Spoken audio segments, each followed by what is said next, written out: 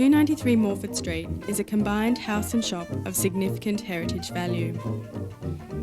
Built in 1848, only 12 years after the founding of South Australia, on what was known as Brown Street, it is now the oldest shop and residence in the city of Adelaide.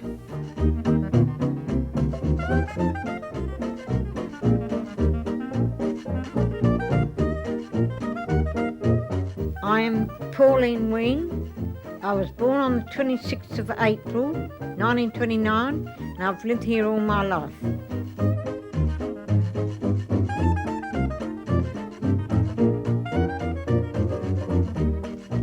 George Dawson, a bricklayer, originally built the house as a 3-room cottage.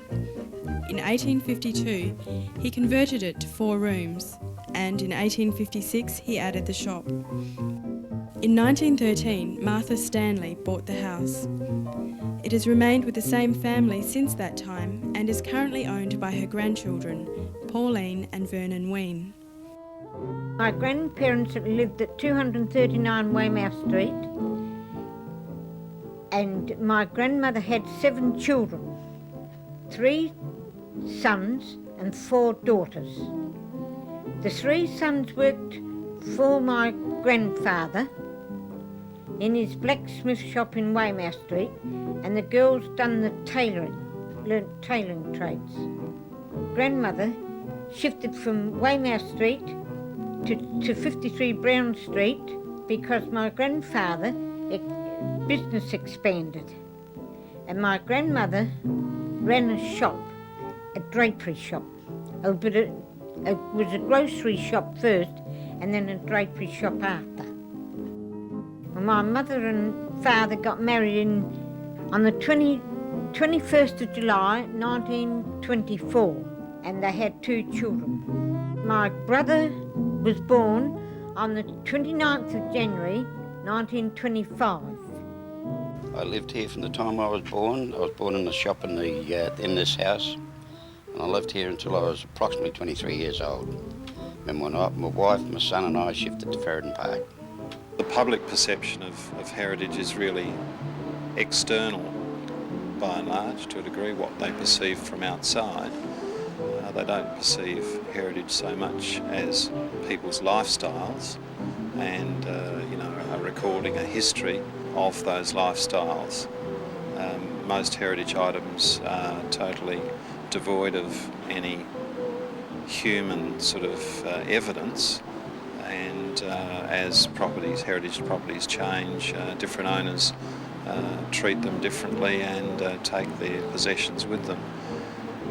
293 Morphett Street is one of those genuine time capsules, I guess, where it exhibits all of the historic layering that's occurred to that place pretty well over the last 100 years.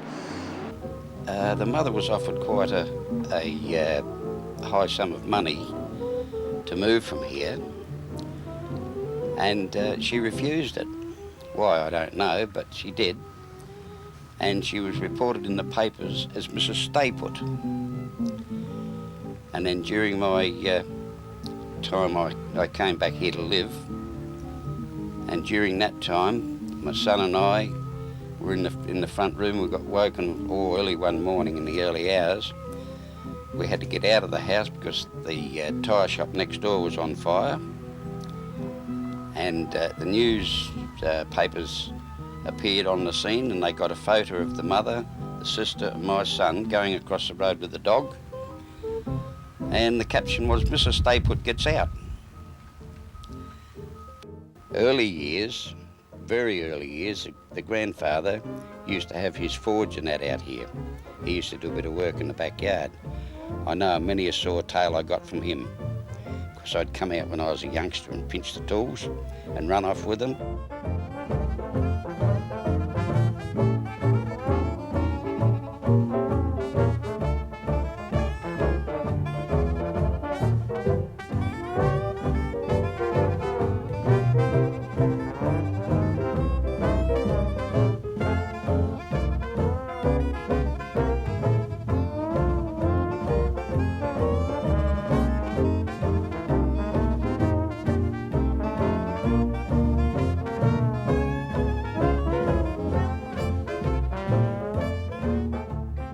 they had the copper and boiled it that way, my grandmother did, and then my mother got a washing machine, and then we put it up here in the laundry, and Mum used to boil the water in the copper and then put it in the washing machine and wash that way, and I still do the same thing.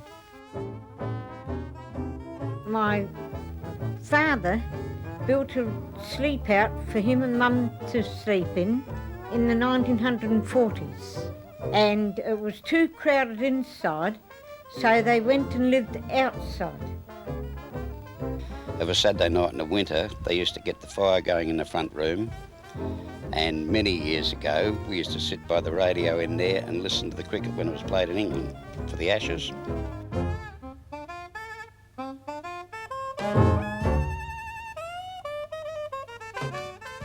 My grandmother cooked on a wood stove many years ago. A hot roast you'd have at lunchtime, and dessert, plenty of it too.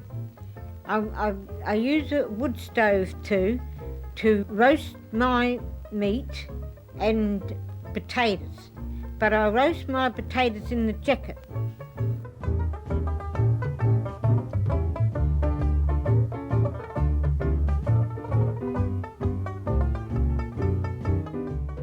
Oh, in the winter, for our meals, we ate in the inside room or in the front room, and in the summer we ate out in the back room. Leave the doors open, the breeze blowing through, and it'd be a lot cooler.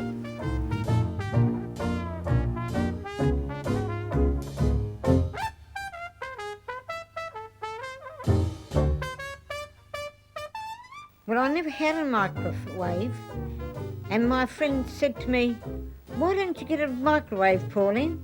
They're terrific." And I said, "Don't be silly. I don't want a microwave. I've got a hot plate out the back kitchen." And they said, "No, that's not good enough. Put a microwave on." So I bought a microwave. I wouldn't do without my microwave now. We used to use a round tub, and we used to bath in there at one time. And then my mother got a chip heater from out at St Peter's and brought that home, and then that burnt out, and then my mother got another one. My mother went out to live with her at her husband's place out at Prospect, and when my mother come back to live in the city, father said to my grandfather that he wouldn't come back to live not unless the wall was knocked out. So Grandpa knocked the partition out and made it into one room. My son was born in the shop in the front of the house, and the same midwife that attended both Pauline's and my birth attended his birth. I ran through the square around about 2:15 in the morning in pyjamas and dressing gown across to Gilbert Street to get her to come over and fix him up. But by the time she got here, he was born. All she had to do was cut the umbilical tape, or the umbilical cord, I should say, and it was all over, bar the shouting. 203 Morphett Street's of heritage significance because it's the earliest shop and residence that remains in the city of Adelaide. In addition to that, it shows a history of occupation by the same family since 1913, and it has pretty well all of their possessions that were acquired both before that date and afterwards. All of those taken together make it of great and unique significance to the city of Adelaide.